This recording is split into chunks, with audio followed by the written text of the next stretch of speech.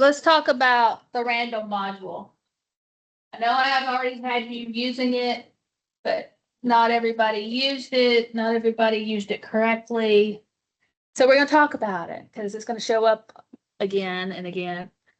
So random numbers, they're not really random. They're calculated in the computer, but for all intents and purposes, it seems random enough for computer usage. You'll never know that it's not random. You'll never be able to calculate exactly that number again. So we'll call it pseudo-random. Because what it does to calculate a random number is it takes the clock cycle you're on and uses it to do some math, and that runs in nanoseconds, which is 1/1000th of a second, I think, or something like that. So it takes the time to the nanosecond and calculates a number. You will never get that you will never, with human accuracy, nail that nanosecond down. Computer will, but you can't. So that's the reason we say they're random, but they're actually calculated. We are going to have to import the random module, just like we import Turtle. These slides are all posted, so you'll be able to see all this. This link is, I'm not mistaken, works.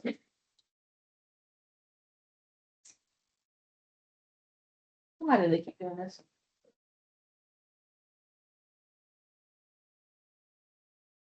Oh, it pulled up on my other screen over here. Sorry. Hold on.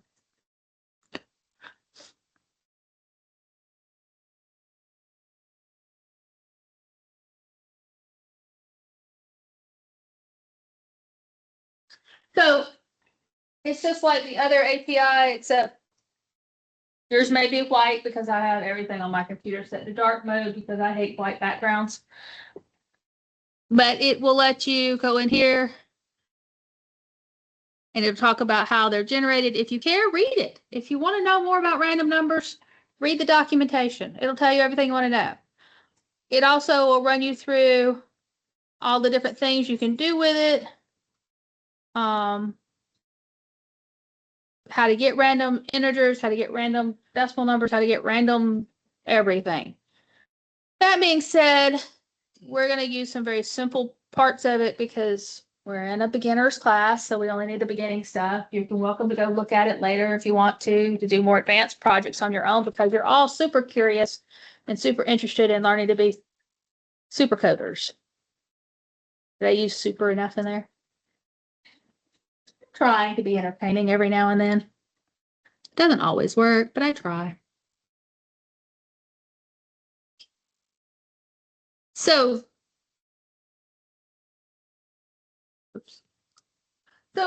when we need a random value, we have to do like we do with a turtle and the screen. We have to create an instance of random. So we need a variable to hold it. And then we do new random or random.random. Sorry, I was coding a C# over the weekend. So random.random creates a random object. And then it can now use all the random functions. The one we're primarily going to probably use is rand range. So it gives a range of numbers you want the random number chosen from. So like we're going to do a little guessing game in lab on Thursday where we want to be able to guess a number between 1 and 10. So we're going to set up our random to be between 1 and 10. That way it's not just pulling some huge number, which is not between 1 and 10, and you'll never get it correct, right? So what you can do, this is much like the range on a for loop. It has two things you have to set, and then it has an optional step function or a parameter. So you put the starting point, the ending point, and how if you have a preference for how far apart they are, you can put the step in it. You have to have a starting point and you have to have an ending point. And I'm going to tell you, it works like the range function on the whole thing, where the starting point is included in the range of numbers, and the ending point is not. So if you wanted a range between 1 and 10, you would have to put 1 and 11. Right? Don't know why Python programmers decided to do this, but they did.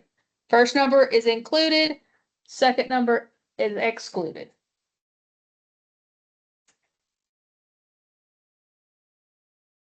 So we worked on lots of control construction. English, I can speak English. We have worked with lots of different control structures at this point. We've done functions, we've done conditional statements, we've done for loops, now we're doing while loops. Just about every language you will program in will have these control structures. They may be called slightly different things. Java calls functions methods. But they basically are the same thing. For loops pretty much are for loops. There's some variations on for loops. We got for each, but everybody has a for loop or a counting loop. While loops are a conditional loop. They're going to run while a condition is true, not a set number of times.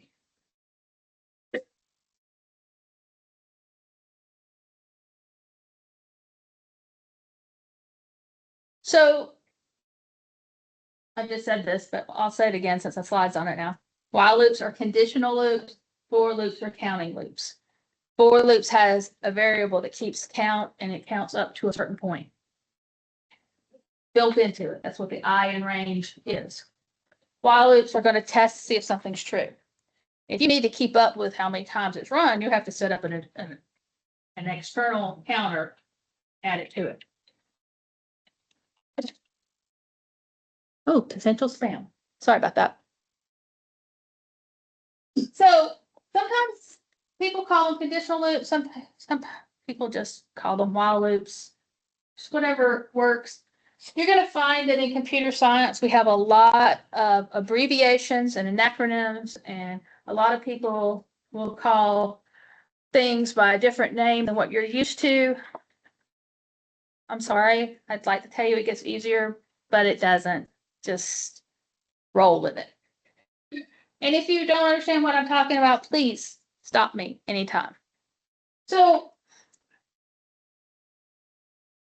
if a good real world kind of example for a while loop is that you do something until you're happy with it. So like your car radio has a scan button on it to change the radio stations. If you're using the actual FM AM radio and not Sirius or whatever. So if you press the scan button, it's going to go until it gets to the next station. The next station may not be to your taste of music, but you're going to keep hitting that scan button until you hear something you want to listen to. So that would be a real life kind of while loop. I'm going to keep doing this action until I get the result I want.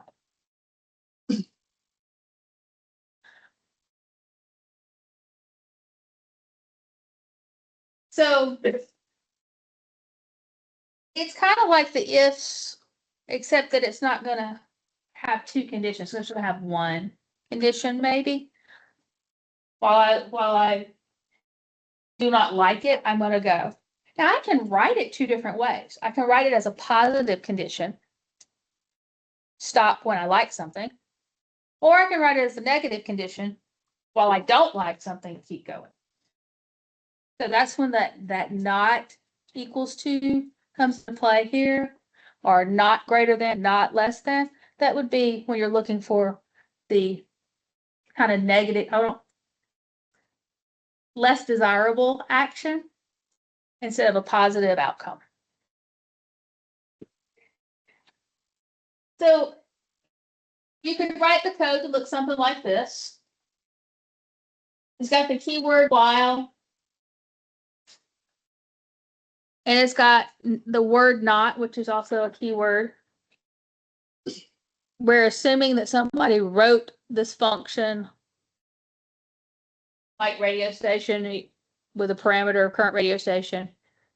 If this function returns true, I evaluate it with the not, which makes it false, right? So then nothing runs. But if like radio station came up as false, then I would hit, the false would be flipped over by the not to true, and then this loop would run.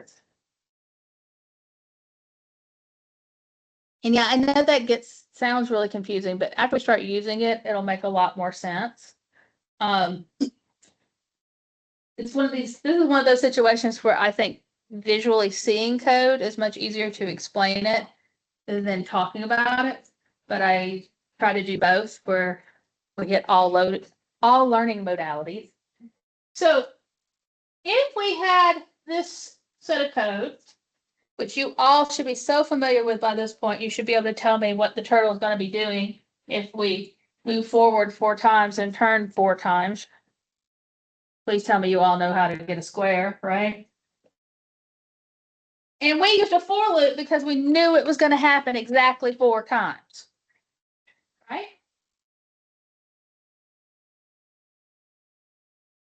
But there's other ways to do it. You could do it with a while loop. Also, there's a way to actually make a function that is called draw shape. And you pass in how many sides the shape has. And while you haven't got to that number, you keep going through the while loop of going forward and turning. But you have to do a little more math. You have to divide 360 by the number of sides to get the angles you're working on, things like that. But that makes a much more useful function. Now it's just draw polygon or whatever you want to call it. And it'll draw shape. It'll draw any equilateral shape. You can do a square, triangle, hexagon, pentagon, dodecahedron if you can figure out the math on it. Dodecahedron's got 12 sides.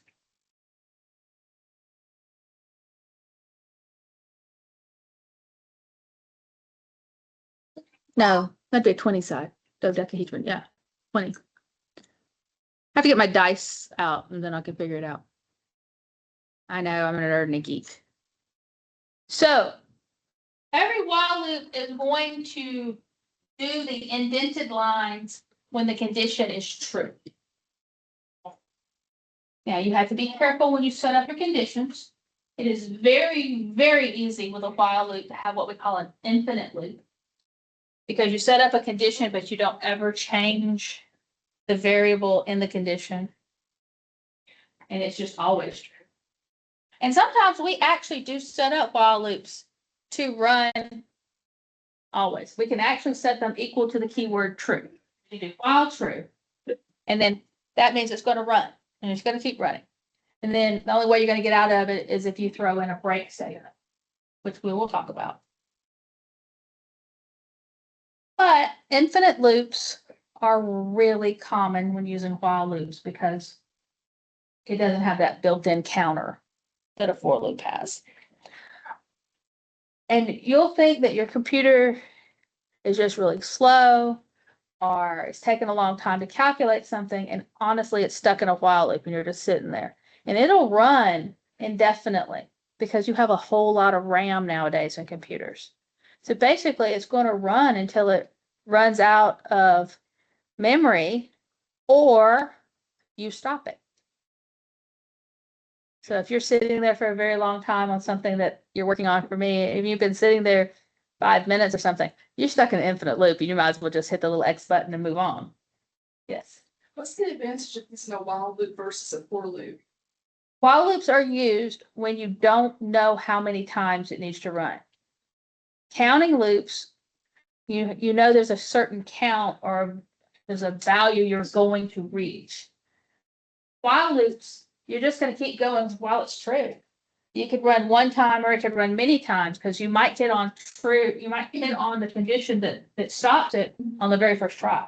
So that's why our project or our assignment for this week is going to be a guessing game. You could get lucky and guess the answer on the first try, or it could be your 450th try. Probably not, because I don't have to go that big, but it could be something like that. So basically, if you have a known maximum amount, you're going to use a counting loop. If you don't have any idea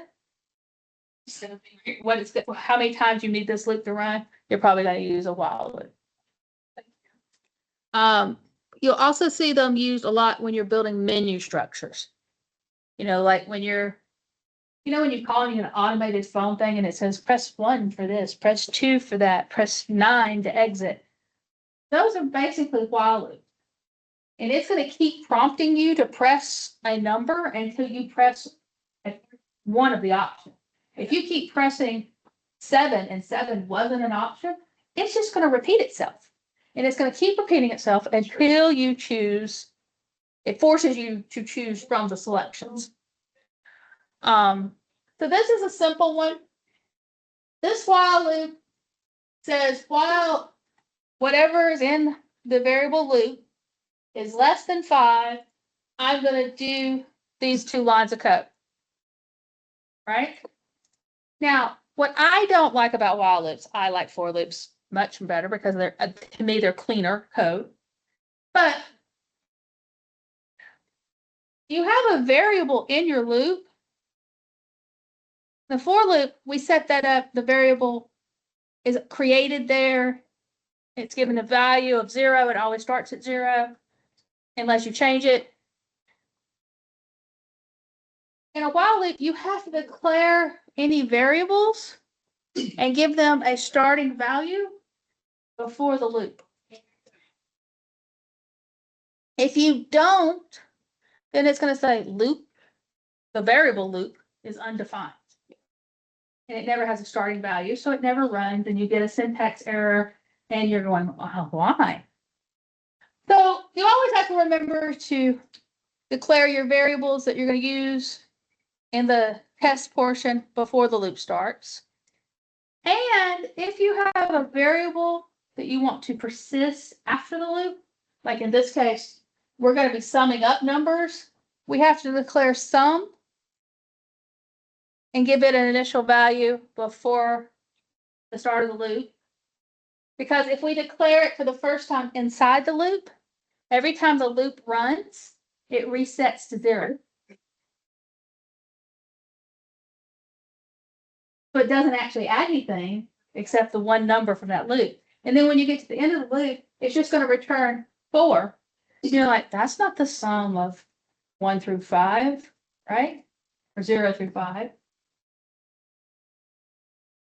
So I have a few people nodding along with me because they've programmed before and they know exactly what I'm talking about. So if I forgot to do sum up here and say I move sum equal to 0 and put it in here, and it's inside the loop, every time it resets to 0. It overrides and it resets. If I forgot to do loop equals loop plus 1, I left that line completely out. Loop never gets any bigger. It stays at 0 and you have an infinite loop. It'll just run forever because 0 is always going to be less than 5. So you always have to have 3 pieces. Off my pointer.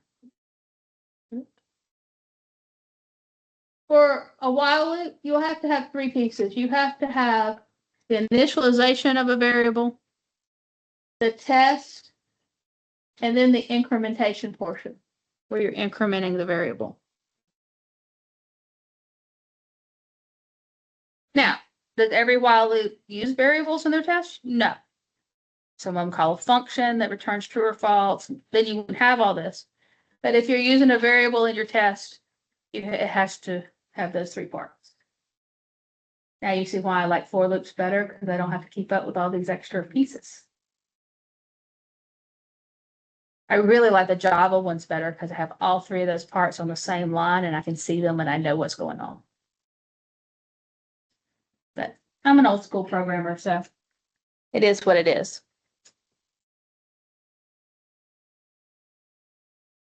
So think about this again.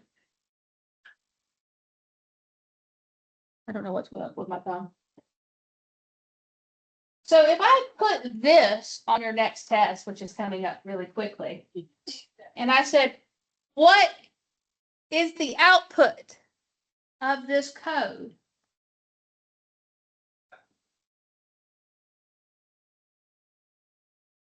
Somebody, what's the output?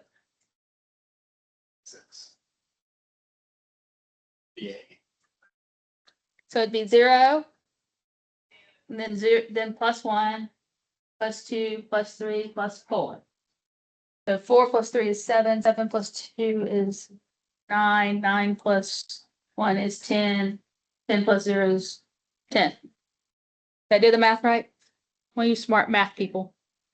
So the output of this code from top to bottom would be sum, colon, then the number 10.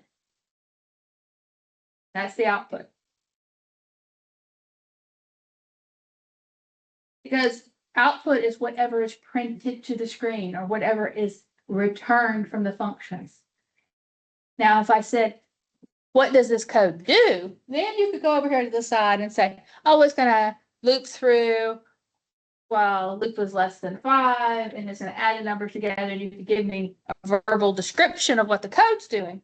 But if I ask you for the output, it should be the word sum, colon, and then the number 10. Why am I saying that? Because I got a lot of crazy things on tests when I said, what's the output of this code? And your next test is going to have a lot of stuff like that on it because loops are going to be on it. You're going to see a lot of loops where I say, what is the output of this loop? So if I did the previous one, and this time it's missing a line of code, because I left the part out where, well, I'm sorry, this is a for loop. So for loop doesn't have to do that extra 2 lines where it says loop is equal to 0 and then loop +1. Because it's built into the for that we're going to do this 5 times. I is going to keep up with where we're at. Does that make sense? That's why if you're using something like that where it's a counting thing where you're just counting up to a number or counting down from a number, for loop's probably a better choice. Logically in the computer and just to keep you from losing pieces. Yes, ma'am. Is that why you were saying that for while loops, we stop at a number that's right below the range? Like if we did 1 through 11, it would be 1 No, through 10? that was for randoms. That had nothing to do with loops. That was for randoms. That's different. No, that's the same thing. Okay. Whoops. So you're mixing 2 concepts together right now. Any other questions? I can't ever tell if y'all really are getting this or you just lost. Be a little bit of both. So ask questions if you aren't clear on stuff because I just have to keep going if I don't know what your questions are. So this is a while loop with an if statement inside of it called nesting. I have a nested if. Why is it called nesting? Because it's inside. Like the nesting, Russian nesting dolls. One day I'm gonna buy me a set of those just to bring them in and use them. I have a rubber ducky I bring in sometimes. So this is going to run while is in the screen hurdle window. And that actually is a function for the turtle because you could actually tell your turtle to move out of the range of the screen. It's really hard to do, but it sometimes happens. So there is a function that will check to make sure the turtle is in the screen. And if it is in the screen, it returns true. If it's not in the screen, it returns false. So maybe, you need to know that. If it is in the screen, then it is going to set up a variable called coin, which is going to be a random within the range of 0 to 2. So that means 0 and 1 are the only things included. So it's going to randomly choose 1 or 0. If it's 0, it's going to turn left. Otherwise, it's going to turn right. So basically, I just wrote code to flip a coin. Heads or tails. 1 or 0. On or off, whatever you want to think about it. So it's randomly going to choose which direction the turtle's going to turn. So we could have our turtle randomly just walking all over the screen, drawing us this weird pattern. And it's going to keep doing it until the turtle is not in the screen, which basically means that part of the turtle has got right up to the edge, and its head or half of it is now hanging over the edge because it will stop. It won't actually draw all the way out, but it will know when it's touched an edge. And once it touches an edge, it would bounce off and come back.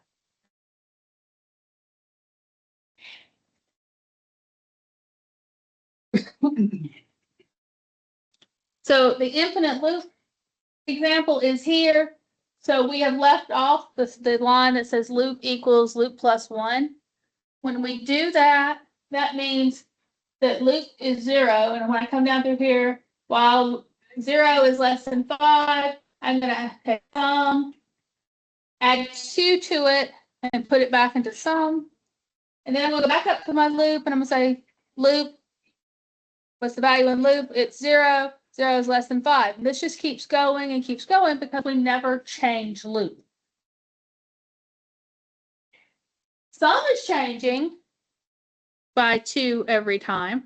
So it's going up 2, 4, 6, 8. But it's never going to stop and print because we never changed the variable in the test.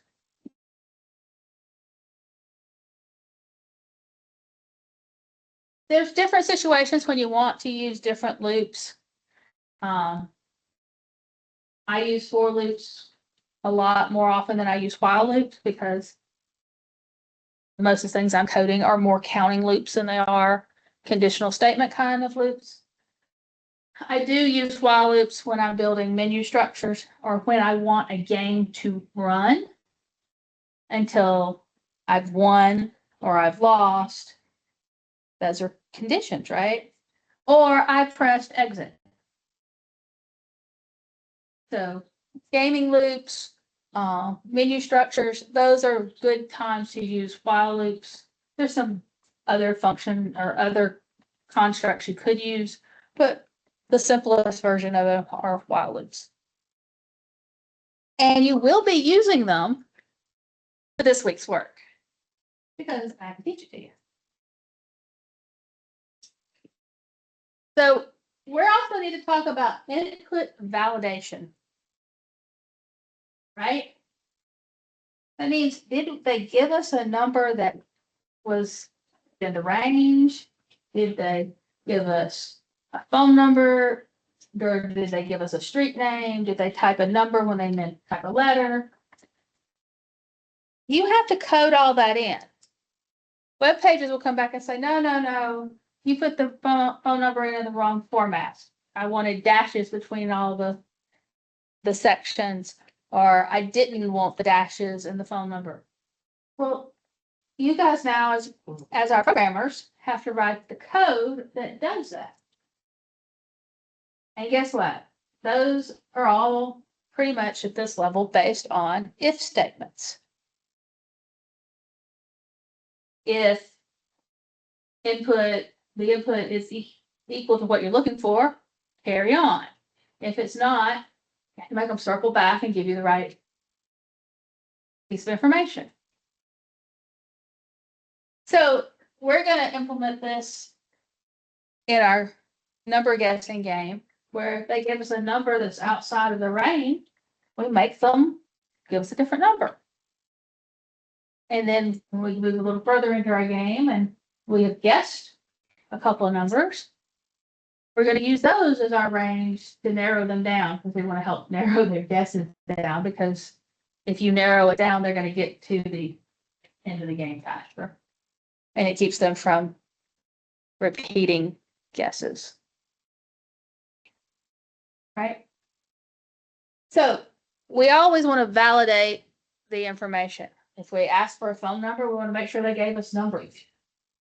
If we ask for a name, we want to make sure that we were giving characters. Unless we're one of Elon Musk's children and we have numbers in our name, but that's rare. So, good term for your test, yes.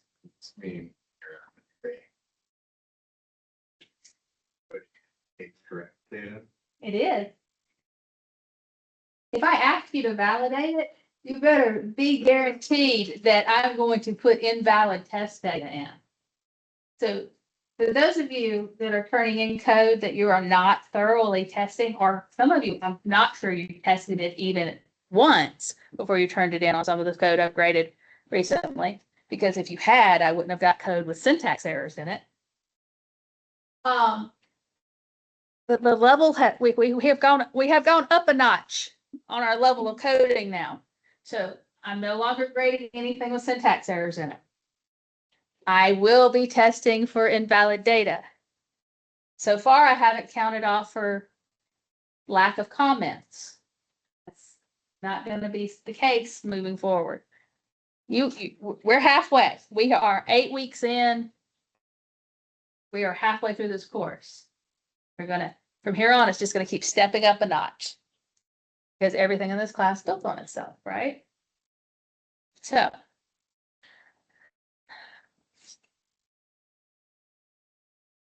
and you guys that want to use more than one main function or don't want to use a main function at all are going to find your grades suffering immensely. Because we've been doing that since day one. So this one has some validation in it. So we're going to start off with our variable loop being set equal to true. So it's automatically going to run at least once, right? Because while loop, so while true, so it runs once, we're going to prompt and read in the user's value. That's our comment for this one. If the value is within range,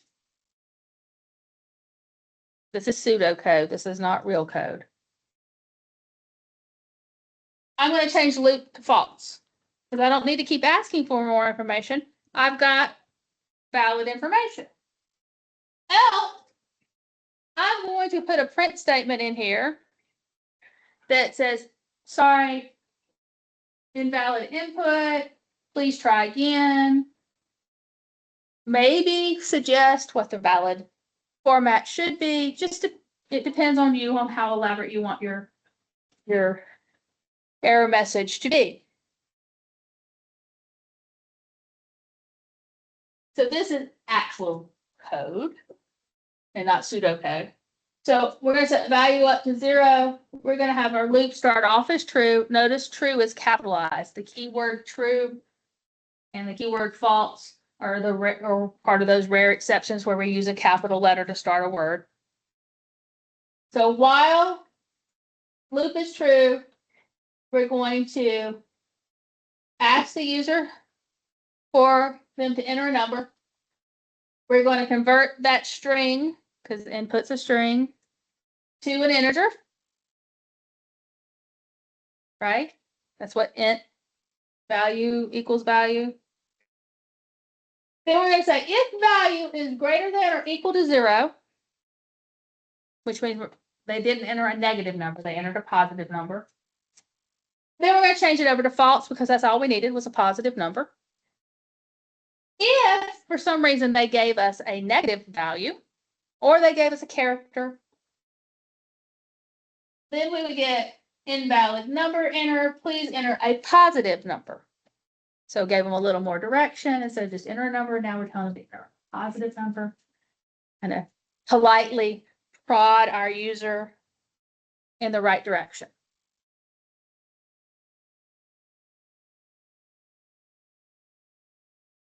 Sometimes though, we're in a game or we're in the middle of a program and we're just done. We haven't won, we haven't lost, we're just bored and we don't want to play this game anymore. Or we ran out of time and we need to leave. So we can use something called a sentinel value.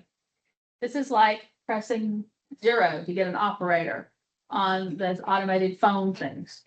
I don't care, I don't want to listen to all of the different options. I didn't pay attention to what the options were after the third one because I have ADHD, whatever. And then the last option is, if you'd like to speak to a real human, press 0. Well, that's a sentinel value. That's going to break you out of the loop and take you somewhere else. Or if I wanted to stop playing my guessing game, I could enter a value that's not within that's wildly not within the range, something you're not going to accidentally put in, like negative 999 if you're guessing between 0 and 10, right? That's not something you're going to accidentally put in. But if you entered negative 999, we call that a sentinel value. When that value is found, we tell the loop to exit because we're done. It says something.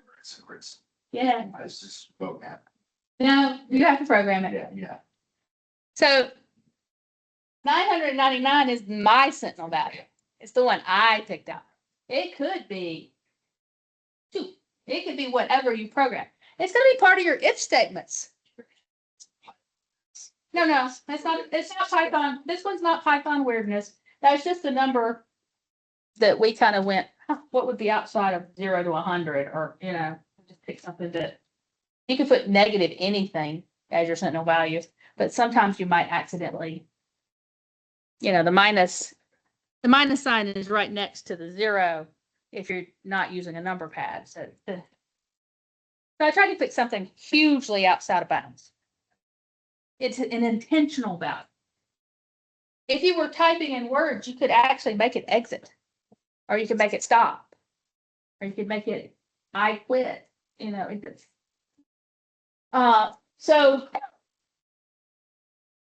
know a lot of times when I do menu structures, if we're using numbers, I make Q, the letter Q, the sentinel value, and it kicks me out. When would you check for sentinel value? The easiest place to check for it is when you're doing validation. Because it's not a valid number. You hit it in your if statements when you're doing validation.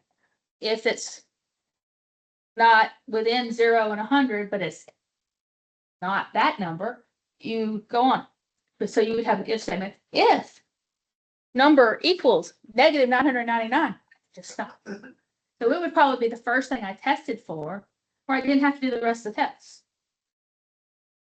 But that's just the way the logic in my head works. It's pretty much the logic most people that have been programming for a long time will do.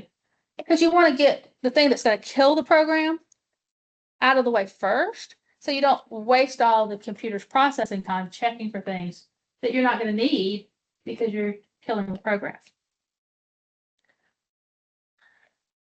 So you would just put it into your if statement. If the value is equal to negative 999, I can just go ahead and change my loop value to false and jump on that.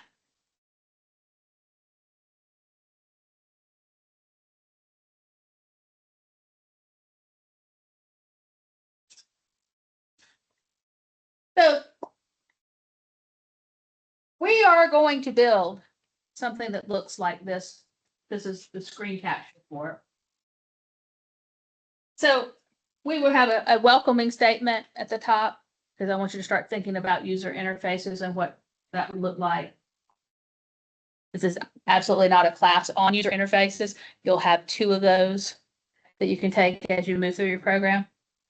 But once you start thinking about how you're going to talk to your users, you have to welcome them. You have to make give them brief directions on how to play your game.